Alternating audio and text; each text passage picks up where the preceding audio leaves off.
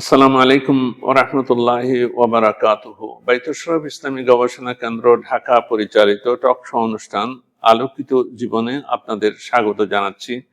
পবিত্র মাহে রমজান আমাদের জন্য, মুসলিম সমাজের জন্য, আমাদের দেশের জন্য, সারা বিশ্বের মুসলমানদের জন্য এবং আমভাবে সমগ্র মানব জাতির জন্য কল্যাণ বয়ে আনুক সেই কামনা করতেছি। রমজান মাসের গুরুত্ব অনেক বেশি, প্রতিটি মুহূর্তের গুরুত্ব অনেক বেশি, এবং দিনের বেলা যে সময়টা আছে সেই দিনের বেলা সময়ের চাইতে আরো বেশি গুরুত্বপূর্ণ হলো রাতের সময়টা।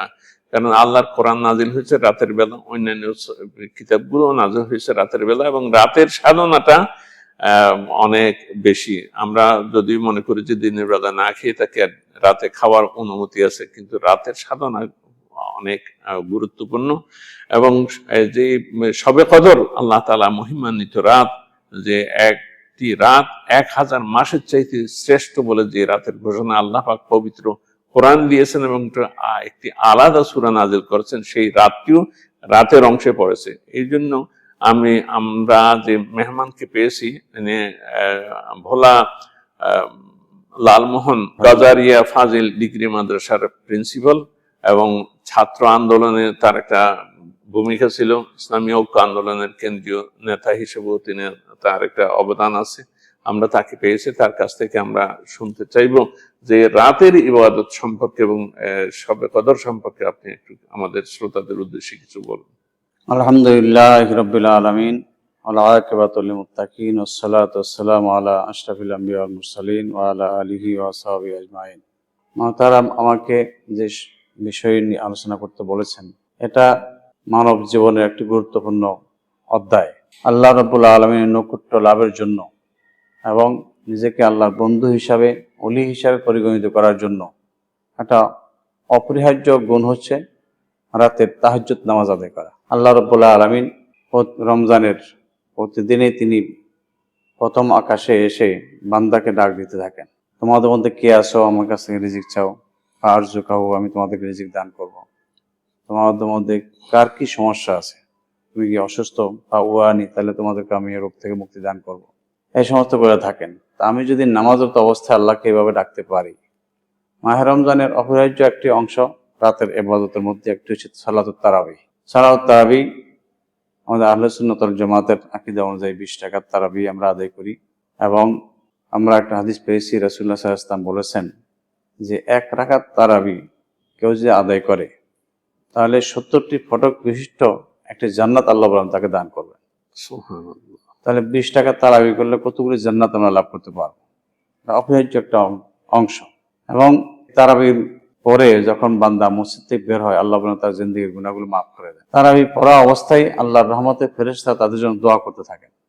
সারাদিন সিয়াম সাধনার পরে আমরা তলুই শামস এবং গরুবির শামস পর্যন্ত একজন লোক রোজা থেকে সারাদিন, তারপরে আবার 20 টাকা তারাবিহ নামাজ আদায় করা একটা কঠিন কাজ। কিন্তু এটা আল্লাহ রাব্বুল আলামিনের নিকটে খুবই পছন্দনীয়।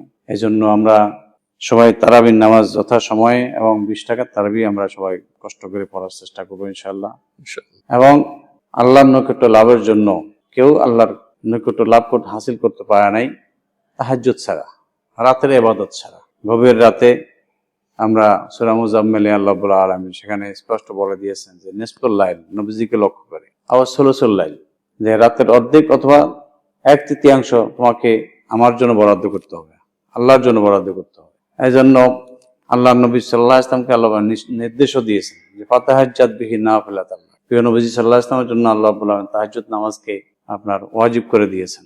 উম্মার জন্য কষ্ট হবে এজন্য এটা ওয়াজিব করা হয়নি, তবে আল্লাহর ওলি হওয়ার জন্য, আল্লাহর নৈকট্য লাভের জন্য এটা অন্যতম একটি মাধ্যম। আমরা পবিত্র কোরআনের আরেকটি আয়াত আছে যে তাতাজাবা জুনুবুহুম আনিল মাদাজি ইয়াদউনা রাব্বাহুম খাওফান ওয়া তামান ওয়া মিম্মা রাযাকনাহুম ইউনফিকুন। যে যারা মুমিনদের একটু গুণ বর্ণনা করতে গিয়ে আল্লাহ রাব্বুল আলামিন বলেছেন যে মুমিন যারা তার রাতের বেলায় তাদের পাঁজরকে বিছানার সাথে লাগাবে না, তার রাতটা আল্লাহর জন্য বরাদ্দ করবে, নফল ইবাদত, তিলাওয়াত এবং নফল নামাজ আদায়ের মাধ্যমে তারা রাতটাকে উদযাপন করবে।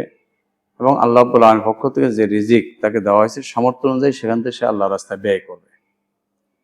আল্লাহর রাস্তায় ব্যয় করাটা বড় সওয়াবের কাজ।